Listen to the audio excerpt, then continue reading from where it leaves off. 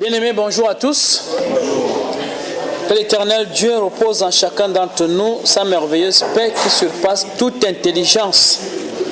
Cela nous permettra au moins de disposer nos cœurs à sa parole et surtout de mettre ça en pratique dans les temps aussi difficiles que nous sommes.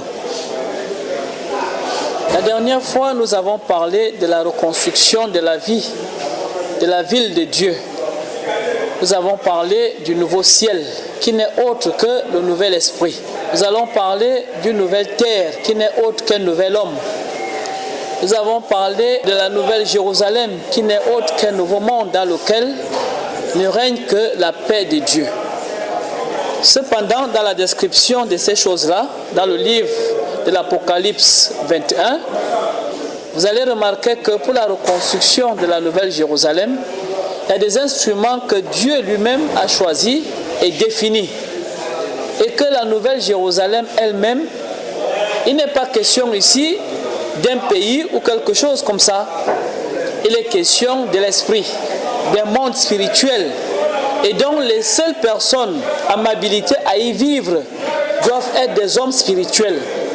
C'est ce que Dieu appelle ici la nouvelle Jérusalem. La description des affaires de Dieu ne se fait que par Dieu lui-même. Voici pourquoi l'apôtre Paul a dit, au-delà de ce qui est écrit, rien. Si vous voulez apporter des explications à la parole de Dieu, en ajoutant, elles ne seront pas bonnes. Si vous apportez des explications en enlevant, ça ne sera pas aussi bien. Et aujourd'hui, c'est ce qui fait en sorte que les hommes vivent dans le fanatisme. Et cette façon de vivre, ce n'est pas d'aujourd'hui que ça date, c'est depuis longtemps. Et donc, nous allons parler aujourd'hui de la mesure de Dieu.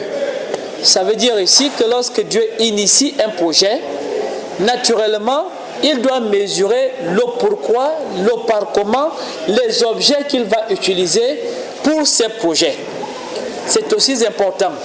Alors, quand nous parlons de la nouvelle Jérusalem, nous remarquons que Dieu a utilisé des mesures, il a utilisé des instruments, il a utilisé aussi des fondations, mais il donne des noms à tout cela. Ça n'a jamais été une question de matériel ou quoi que ce soit. Dieu est esprit. Tout ce que Dieu fait est esprit. Nous ne pouvons être fils de Dieu que si nous avons l'esprit de Dieu. Jésus-Christ, dans son enseignement, il a souvent pris le temps de prendre des éléments physiques. Et il disait aux gens, si vous êtes incapable de comprendre ce qui est physique, comment pouvez-vous comprendre ce qui est spirituel? Mais il prend des éléments, des exemples physiques pour nous permettre de comprendre des exemples spirituels. Jésus parle d'une maison. Il dit, avant de construire sa maison, il convient d'abord de réfléchir, de réunir tous les éléments possibles. Maintenant, on peut s'engager à la construction. Mais si nous n'avons pas encore tous les éléments possibles, nous ne devons pas nous engager de peur que la maison ne finisse pas. Tout projet qu'un homme doit initier, il doit prendre soin de réfléchir sur son projet, du début jusqu'à la fin. Il doit avoir la maîtrise de son projet. Alors, il s'engage dans le projet parce qu'il peut déjà maîtriser le début de son projet et la fin de son projet. Sinon, les gens vont passer devant la maison qui n'est pas terminée et vont se moquer de vous. Mais Dieu est parfait. Et tous les projets de Dieu sont parfaits. Il dit que tout don excellent et parfait vient de lui. Et ces dons sont irrévocables. Alors quand Dieu vous donne quelque chose, cette chose est excellente et est parfaite. Et c'est irrévocable. Contentez-vous seulement de ça. Si vous ajoutez quelque chose au don de Dieu, vous avez gaspillé ce don. Si vous enlevez, vous avez aussi gaspillé. Alors, laissez les affaires de Dieu se faire telles que Dieu lui-même le veut. Au moins les choses marcheront bien. Mais pourquoi Dieu est toujours obligé de revenir reconstruire? Et pourquoi fait-il les choses avec ses propres mesures?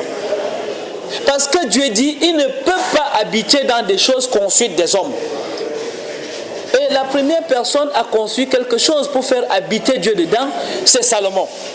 Et Dieu prouve qu'il a raison. Parce qu'une fois que Salomon a fini de construire le temple au nom de Dieu, qu'est-ce qu'il va introduire dans ce temple?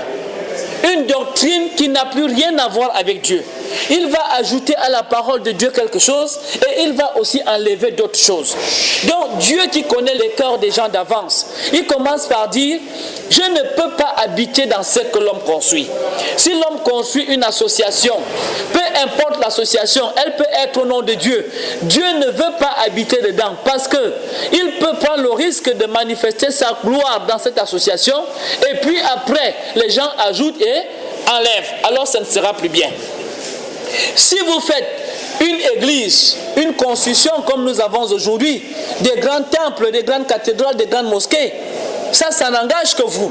Mais sachez ici que Dieu ne reviendra jamais sur sa décision. Pourquoi? Parce que par expérience, il a habité dans le temple construit par Salomon et à l'intérieur, Salomon lui-même qui a construit ce temple a amené des idoles. Alors si aujourd'hui, les gens ne veulent pas se servir de cet exemple par expérience pour comprendre que ce que Dieu a dit, c'est ce que Dieu fait. Il dit que sa parole est comme la pluie. Si elle tombe, elle réagit.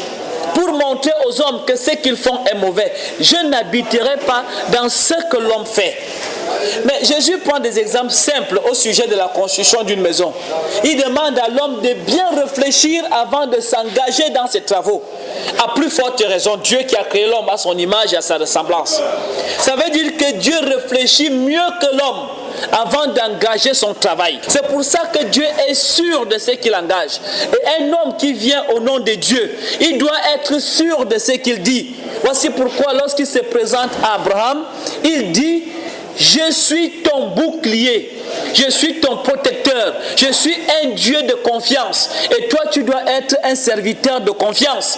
Il ne faudrait pas qu'il y ait une méfiance entre nous. Alors si tu as pour Dieu un Dieu d'Abraham, sache que tu as un Dieu de confiance. Et si tu l'appelles ton Dieu, ça veut dire que toi qui le suis, tu dois aussi être un homme de confiance, ou si c'est une dame de confiance. Si tu marches avec ce Dieu en émettant des doutes, ça n'ira pas. Et Jésus a dit, tout ce que tu demanderas à mon nom, sans douter, sache que tu l'as reçu. Mais si jamais tu impliques le doute dans ce que tu fais, tu ne réussiras jamais. Dieu n'habite pas des maisons construites par des hommes. Aujourd'hui, les hommes se sont évertués à construire des grandes bâtisses qui coûtent plus cher que ce que Salomon a fait. Malheureusement, à l'intérieur, ce sont des doctrines et de la sagesse humaine qu'on retrouve et non la parole et la pensée de Dieu. Mais si vous allez dans une maison comme celle-là ou dans une organisation comme celle-là, vous pensez dans votre tête que c'est Dieu que vous faites. Mais Dieu sait que ce n'est pas lui que vous faites, mais c'est les hommes. Cependant, Dieu dit, vous êtes ma maison. Si Dieu sort de sa bouche que toi, tu es sa maison, lui, il est esprit. Qu'est-ce que devient la maison? La maison devient spirituelle. Voici pourquoi l'apôtre Pierre dit, vous êtes des maisons spirituelles. Des maisons qui possèdent en elles-mêmes l'Esprit de Dieu. Et l'apôtre Paul nous dit, vous êtes le temple de Dieu. C'est l'homme que Dieu a conçu et c'est dans l'homme que Dieu s'est mis. Jésus nous a présenté Dieu de manière simple. Il nous a dit que Dieu est esprit. Je ne sais pas si on peut trouver une explication complémentaire à ça. C'est aussi simple. Dieu est esprit. Et l'homme est son image et sa ressemblance. Si tu as vu l'homme qui a l'esprit de Dieu, tu as vu Dieu. Et Jésus qui a reconnu cela, il a eu l'autorité de dire, celui qui m'a vu a vu le Père. Alors si celui qui suit Jésus reconnaît aussi cela, alors il a l'autorité de dire, celui qui m'a reçu a reçu aussi le Père. Mais les hommes ne parviennent pas à ça. Pourquoi? Parce qu'en eux-mêmes, ils reconnaissent qu'ils n'ont pas cet esprit. Alors qu'est-ce qu'ils ont fait? Qu'est-ce qu'ils recherchent? Ils ont des esprits, mais lesquels? Chaque organisation a un esprit. Vous allez partir d'une organisation à une autre. Les esprits varient aussi. La franc-maçonnerie a son état d'esprit. La Rose-Croix aussi a son état d'esprit. Dans le christianisme, c'est pareil. Chaque christianisme a son état d'esprit. Mais est-ce que ces esprits se ressemblent à l'esprit de Dieu? Dieu dit, la pensée humaine est pour l'homme, l'esprit de l'homme est pour l'homme. Alors l'homme ne peut expliquer que ce qui vient de son esprit. Pour ce qui est de Dieu, il n'y a que celui qui a l'esprit de Dieu qui peut comprendre et expliquer ce qui vient de Dieu. Ce qui fait qu'aujourd'hui, tout ce que les hommes ont conçu, même au nom de Dieu, qui porte l'esprit des hommes, ne peut faire des hommes que des hommes. Voici pourquoi Ésaïe fait un constat en disant, tous ont péché et sont privés de la gloire. Parce qu'au début, le commandement dit, en dehors de l'esprit Dieu, il n'y a pas un autre esprit. En dehors de l'image qu'est l'enfant de Dieu, il n'y a plus une autre image. Tu ne devras rien faire qui ressemble à quelque chose au ciel, à quelque chose sur la terre ou sur la mer. Parce que tu es mon image, je ne t'autorise pas à fabriquer une autre image. Tu es ma ressemblance, je ne t'autorise pas à fabriquer une autre ressemblance. Parce que qui t'a vu, m'a vu. Et Rahab a vu les petits Israélites. Et Rahab a vu Dieu. Et elle a été sauvée par Dieu. C'est aussi simple. Alors quand Dieu dit, tu es ma maison, ça veut dire que tu portes en toi l'esprit de Dieu. Voici pourquoi Dieu dit, il n'y a que celui qui a mon esprit. Qui est mon esprit? C'est celui-là qui est fils de Dieu. Jésus, s'il n'avait pas reçu cet esprit, il n'aurait jamais été appelé fils de Dieu. Il devient fils de Dieu tout simplement parce qu'il porte l'esprit de Dieu. Alors, la parole de Dieu nous révèle la même chose. Nous ne pouvons être fils de Dieu que si nous portons l'esprit de Dieu. En ce moment, nous devenons aussi la maison de Dieu. Mais quand Dieu façonne cette maison, si déjà même un oiseau, quand il fabrique son nid, regardez les tisserands, il n'y a pas un nid qui est plus gros que l'autre. Ça veut dire que ces oiseaux, avant de fabriquer leur nid, ils prennent des mesures. Avant de placer le nid sur la branche, ils pèsent si la branche est solide. Si la branche peut le porter, lui, avec ses enfants et ses œufs. Avant de mettre tout ce qu'il va mettre, il mesure tout. Et puis il place maintenant son nid. Regardez l'hirondelle, comment elle fait son nid. Avant de positionner son nid sur un mur, parce qu'il fait son nid avec de la boue. Alors, qu'est-ce qu'il fait? Il mesure d'abord le mur si ça peut résister au poids de la boue. Sinon, il ne fait pas. Le rat fait la même chose. Chaque animal fait la même chose. Est-ce que mes frères comprennent? Voilà. Si vous ne prenez pas des mesures pour ce que va faire Dieu, vous allez forcément avoir des problèmes. Alors, mais si les animaux se comportent comme ça, regardez maintenant les hommes. Est-ce qu'il y a un homme qui construit la maison sans prendre des mesures? Ça n'existe pas. Tout homme qui construit la maison prend la peine de prendre des mesures. Il cherche le matériel convenable à lui, à ses moyens, avant d'engager sa maison. C'est pour ça que Dieu nous prédestine. C'est-à-dire qu'avant de faire sa maison que je suis, avant de faire sa maison que vous êtes, il commence d'abord à rentrer dans sa pensée. Voici pourquoi on parle de prédestination. Avant la destination, l'esprit. Puis maintenant, on va parler de la destination, de la physique. Avant la physique, il y a la métaphysique. Avant de passer à la matière, il y a d'abord la pensée. Donc Dieu dit, nous sommes dans sa pensée. Nous sommes dans la métaphysique. Nous sommes dans son esprit. C'est ce qu'on entend par prédestiné. J'ai prédestiné le corps de Michel dans le but de recevoir les bénédictions spirituelles qui sont les arts de la construction, le matériel avec lequel Dieu construit la maison dans laquelle il va habiter. S'il n'y a pas ça, ça ne marche pas. Toi aussi dans ta pensée, tu as conçu une maison et tu as conçu les mètres, les limites. Tu as aussi pensé au matériel que tu vas faire. Avant d'aller acheter, tu as d'abord pensé à tout ça. Tout est dans ta pensée avant de faire. Tout est dans ton projet, dans ton dessin. Mais si nous les hommes, nous faisons des choses comme ça, mais Dieu qui est Dieu peut faire quoi? Jésus nous dit que Dieu est esprit. Un adorateur de Dieu doit être esprit aussi, parce qu'il va adorer, s'attacher absolument à Dieu en esprit. Adorer, c'est s'attacher absolument. Alors celui-là devient porteur de l'esprit de Dieu et ne peut donner que ce qu'il a. Tout est sur mesure. La nouvelle Jérusalem a ses mesures. La nouvelle Jérusalem a ses portes. Les portes sont des des anges. Et un ange, c'est quoi? Un messager. Un messager, c'est quoi? Un message. Donc, ça veut dire ici que pour entrer dans la Nouvelle Jérusalem, il faut forcément passer par un message. La Nouvelle Jérusalem a des fondements. Il se peut que ces fondements, ce sont les 12 apôtres qui ont suivi Jésus-Christ. Et ces 12 apôtres sont représentés par des pierres précieuses, qui sont des lumières. Et Jésus leur a dit, vous êtes des lumières. Alors, pour rentrer dans cette Nouvelle Jérusalem, il faut forcément passer par l'une des lumières. Si vous ne passez pas par là, vous n'y arrivez pas. Et c'est vrai, en bénissant Abraham, qu'est-ce qu'il a dit Dieu? Ce n'est qu'à travers Israël que moi, je vais bénir les nations. Si tu ne passes pas par 12 portes, tu dois forcément passer par 12 fondements. Les fondements, c'est des perles précieuses. Les portes aussi, ce sont des perles précieuses. Les fondements sont des messages. Les portes aussi sont des messages, puisque Dieu les appelle des anges. Mais pour mesurer tout ça, Dieu, il mesure tout avec l'or. Mais l'or, c'est une lumière. Et la parole est la lumière. La parole est avec Dieu. La parole est Dieu. Et cette parole se convertit en lumière uniquement pour les hommes. C'est cette parole qui a aussi la vie. Et l'or est la lumière. Et nous, les hommes de la fin, il est dit que nous devons acheter de l'or que le feu a purifié.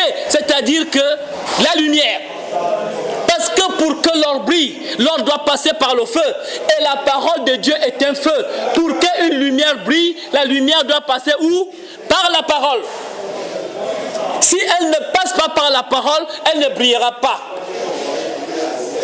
Voyez comment Dieu fait ces choses. Alors la Nouvelle Jérusalem ne peut pas être comme pensent les gens. J'ai vu les témoins de Jéhovah. Ils dessinent un monde avec des panthères et ceci. C'est de la fiction. Dieu est esprit. La Nouvelle Jérusalem descend de l'esprit. Il est dit que le royaume des cieux, le royaume des dieux, n'est pas une question de manger et de boire. C'est une question de puissance, de sagesse, de richesse, de gloire, d'honneur. Le royaume des cieux n'est pas une question de nourriture. Ce n'est pas une question de parole. C'est une question d'amour, de paix avec l'Esprit de Dieu. Alors quand on parle de Nouvelle Jérusalem, Yérou c'est la ville, Salem c'est la paix. Mais on nous explique que cela vient de Dieu. Et la paix de Dieu est une intelligence qui surpasse toute autre intelligence. On n'explique pas que la paix de Dieu, c'est la paix des braves, comme le font dans les nations aujourd'hui. C'est une question d'esprit, parce que la paix est le fruit de l'Esprit Saint. C'est un élément qui contribue à la construction d'un temple, d'un corps dans lequel Dieu va habiter. Il faudrait que tu aies la paix avec toi. Il faudrait que tu aies la sérénité qu'on appelle la joie avec toi. Il faudrait que tu aies l'amour, l'harmonie avec toi. Il faudrait que tu sois patient. Il faudrait que tu sois bon. Il faudrait que tu sois un homme doux, aimable. Il faudrait que tu sois un homme qui a de la maîtrise et un homme qui est serviable. Ce sont des éléments qui servent à bâtir le temple dans lequel Dieu s'est choisi. Et Yérou étant la ville, Salem étant la paix, il s'agit d'une ville de paix qui ne peut venir que d'un homme de paix. Et cet homme de paix, s'il faut l'appeler ainsi, c'est l'enfant de Dieu. C'est lui qui devient l'image de Dieu, devient une image de la paix. Alors il ressemble à Dieu par l'esprit. C'est pas n'importe qui. Mais lorsque tu deviens une ville, qu'est-ce qui habite dans une ville? Ce sont des hommes. Et comment Dieu appelle l'homme? Il appelle l'homme sa maison. Il appelle l'homme son image. Il appelle l'homme sa ressemblance. Il dit, je suis amour. C'est lui qui est avec moi doit être amour. Tel je suis, tel aussi tu es. Jésus-Christ a compris ça bien. Il était l'image de Dieu. Il était la ressemblance de Dieu. Il savait que tel était aussi Dieu. Il savait que si quelqu'un avait vu cette image, cette personne pouvait comprendre comment est l'Esprit de Dieu. Qui m'a vu, a vu le Père. Alors, ça veut dire ici que toute personne qui est animée par l'Esprit Christ, à travers la personne, on peut comprendre Christ. Tu ne peux pas habiter une ville spirituelle si tu n'es pas un homme spirituel. Tu ne peux pas mettre ta maison dans une terre spirituelle si tu n'es pas une maison spirituelle. Parce que tout vient de l'Esprit. Et Jésus leur disait, n'allez pas penser que le royaume des cieux, c'est quelque chose qui vient du ciel comme on voit. Le royaume des cieux est tout proche de vous. Il est l'Emmanuel, le Dieu avec vous. Il est pour vous. Il ne se sépare pas avec vous. C'est une question d'esprit. L'Esprit de Dieu est avec vous, tout près de vous. La parole est avec vous, tout près de vous. Mais pourquoi Dieu les a dit, ne dites pas, elle est au ciel, qui ira la prendre? Ne dites pas, elle est à la mer, qui ira la chercher pour vous? Elle est toute près de vous. Il suffit tout simplement de prendre connaissance, de mettre en pratique. Il vit en toi et toi tu vis en lui. Alors Dieu devient ta demeure. Et toi aussi tu deviens la demeure de Dieu. Mais les gens ne comprennent pas. Jésus nous a dit, votre temps va être comme celui de Noé. C'est pour ça, en prenant cet exemple de la Genèse 6 du verset 9 au verset 22, nous allons comprendre comment Dieu il construit ces choses. Jésus nous a bien dit, votre temps sera semblable à celui de Noé. Les choses se passeront de la même façon. Mais c'est l'arche qui a protégé Noé. Et l'arche n'était que l'ombre de la chose à venir. Parce qu'il n'y a rien qui peut protéger l'homme comme la parole de Dieu qui a protégé Israël, qui a protégé Rahab et qui a même protégé Lot. Mais seulement ici, il faut savoir que Dieu est esprit. Il faut souvent le méditer. On ne peut pas réfléchir autrement. On n'a pas plus meilleur enseignement que Jésus-Christ. Il a dit Dieu c'est esprit. Un point, un trait. On n'a pas de longues explications à donner dessus.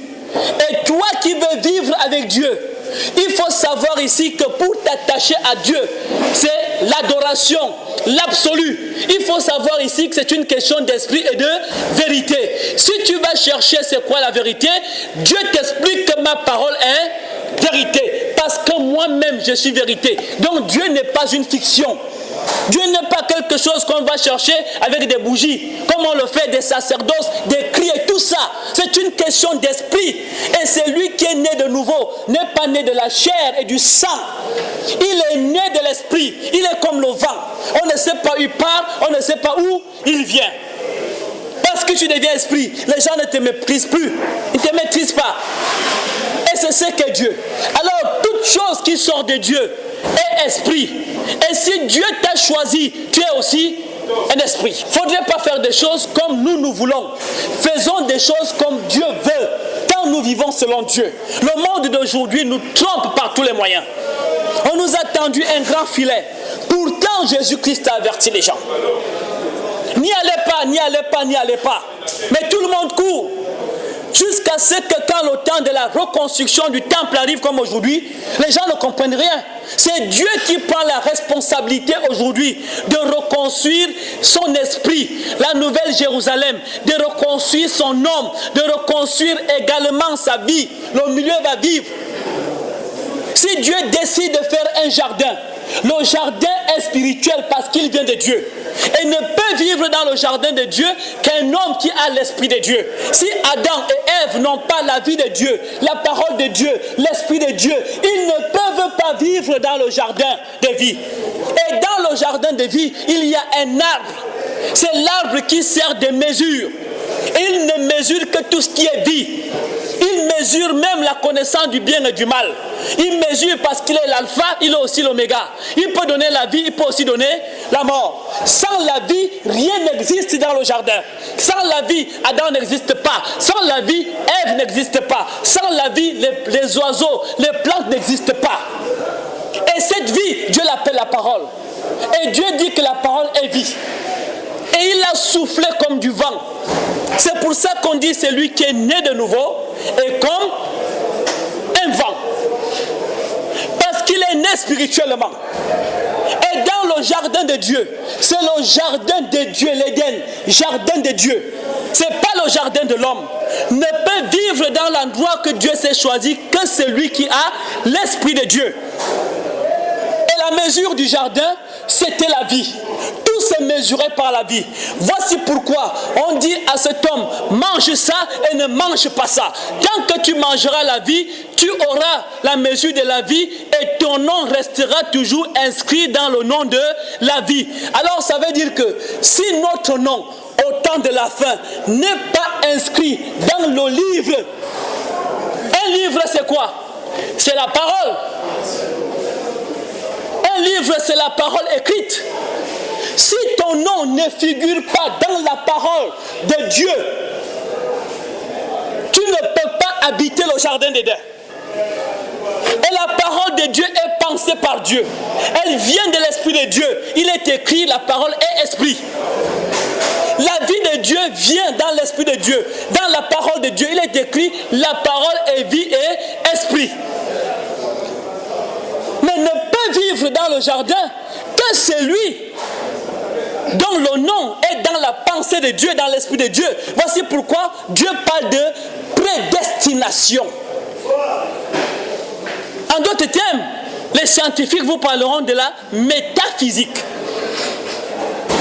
Les scientifiques, ils vous parleront de l'irrationnel,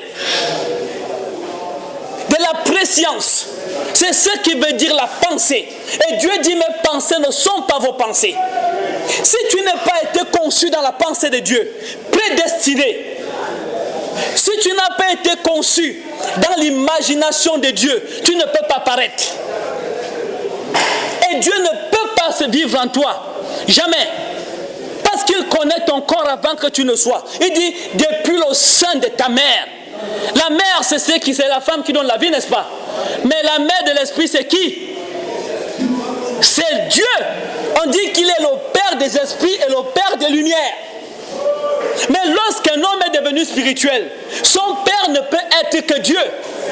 Lorsqu'un homme est devenu spirituel, sa mère ne peut être que Dieu. Parce que c'est lui qui donne la vie. Mais donc Adam ne pouvait pas vivre dans ce jardin s'il n'avait pas la vie. Parce que le jardin appartenait à Dieu. Et Dieu est vie. Et Dieu est esprit. Dieu est parole. Mais si ton nom ne figure pas dans la pensée de la parole, dans la pensée de la vie ou dans la pensée de l'esprit, comment veux-tu vivre dans un espace que l'esprit a aménagé? C'est impossible. Mais regardez comment le monde se comporte aujourd'hui. Les gens pensent qu'ils sont en Dieu parce qu'ils crient Alléluia le matin, Alléluia le soir. Alors que tout est question de préscience. Avant que tu ne sois, je fus. Avant que tu ne sois, je te connaissais. Je connais pratiquement le corps de tout le monde. Ce corps est réservé uniquement pour me recevoir. Ce corps devient mon jardin. Parce que je ne peux pas habiter dans quelque chose que je n'ai pas conçu. Je n'habiterai que dans ce que moi-même je conçois. C'est pour ça, avant la création du monde, je te connais. Je connais ma brebis avant. Elle me connaît après. L'amour de Dieu consiste à ce que c'est Dieu qui nous a aimés le premier. Et nous par la suite. C'est pour ça qu'il est dit, Dieu amour. Celui qui aime est de Dieu. On ne dit pas celui qui est catholique est de Dieu. On ne dit pas celui qui est chrétien est de Dieu. On dit celui qui aime est de Dieu. Tel je suis, tel aussi il est. Ça veut dire que c'est un homme Dieu. Voici pourquoi Jésus peut être Dieu. Parce que tel il est, tel est Dieu. Si tu n'as pas connu l'amour de Dieu et que tu as vu l'amour de Jésus, alors tu as vu l'amour de Dieu. C'est pour ça qu'il a dit à Samuel, ce n'est pas toi que ces hommes refusent, c'est moi-même, parce que mon esprit est en toi. Il était le temple de Dieu, au milieu de cette gangrène, de cette pègre-là. Ça veut dire que celui qui venait au milieu de Samuel se retrouvait avec l'esprit. Et là où il y a l'esprit, il y a la liberté. Rahab avait l'esprit chez elle. Alors si quelqu'un se trouvait chez Rahab, la personne était sauvée. Actuellement, vous êtes sur Enseignement des Saintes Écritures. Vous avez des préoccupations concernant la parole de Dieu. Vous voulez des éclaircissements sur l'enseignement du jour. Pour plus d'informations, vous pouvez nous joindre par mail beboulmichelco@gmail.com beboulmichelco BEBOULMICHELCO ou par téléphone 00241 07 48 32 52 00241 02 39 75 47. Bon confort d'écoute.